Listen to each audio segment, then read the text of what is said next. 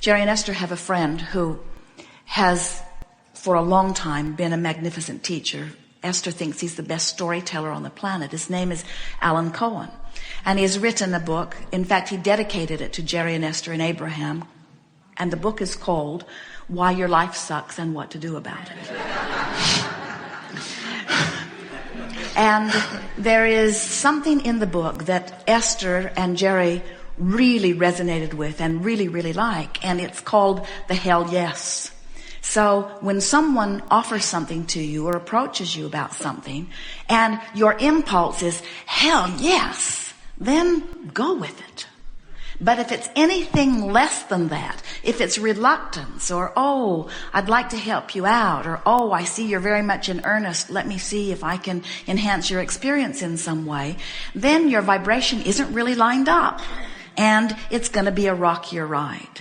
And so that's really a very good rule of thumb, because when you feel like yes, in other words, you've had those experiences where there was no question in your mind. When Jerry and Esther decided to come together, Esther would have said to the entire world, if they'd been asking, I don't give a rip what you say, I'm doing this. Nothing that anybody could have said would have deterred her even in the slightest, because she could feel what a powerful match it was to all the rockets of desires that she'd been launching that she didn't even know at that time she'd been launching.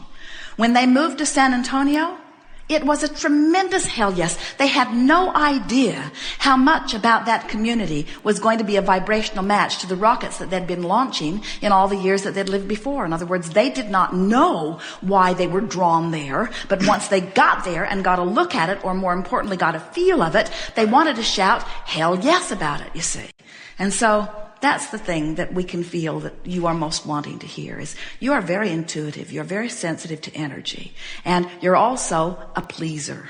You don't want to be, because you can feel in it that there's it introduces some chaos, but you still, and that, friend, is a byproduct of being a born uplifter. When you learn early on that by the sheer behavior that you offer, that you can affect the way other people feel, it makes you want to behave in ways that affect the way they feel. But then you get surrounded by this one and this one and this one and this one, and then your behavior begins to get scattered, and then you begin to lose control. But the worst part of it is you lose track of your 2 points of vibrational relativity. Okay, thank you. I want to talk about something specific. Going into business for myself, I feel that's going to be a challenge for me, because I've tried it a couple of other times and I lost some money. But think about that. If you go into business for yourself, before it feels like, hell yes. In other words, you get the sense of what we're talking about? It's another way of saying, line up the energy, and when the energy is in alignment, wild horses can't keep you from doing it.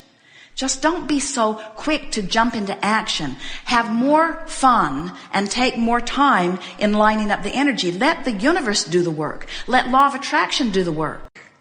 You work on alignment. You've lived enough life that you have created magnificent business for yourself. There is a vibrational escrow for you that, if it were to come today, and it can't because you're not ready for it, would knock your socks off. But you can get ready for it in much shorter time than you think.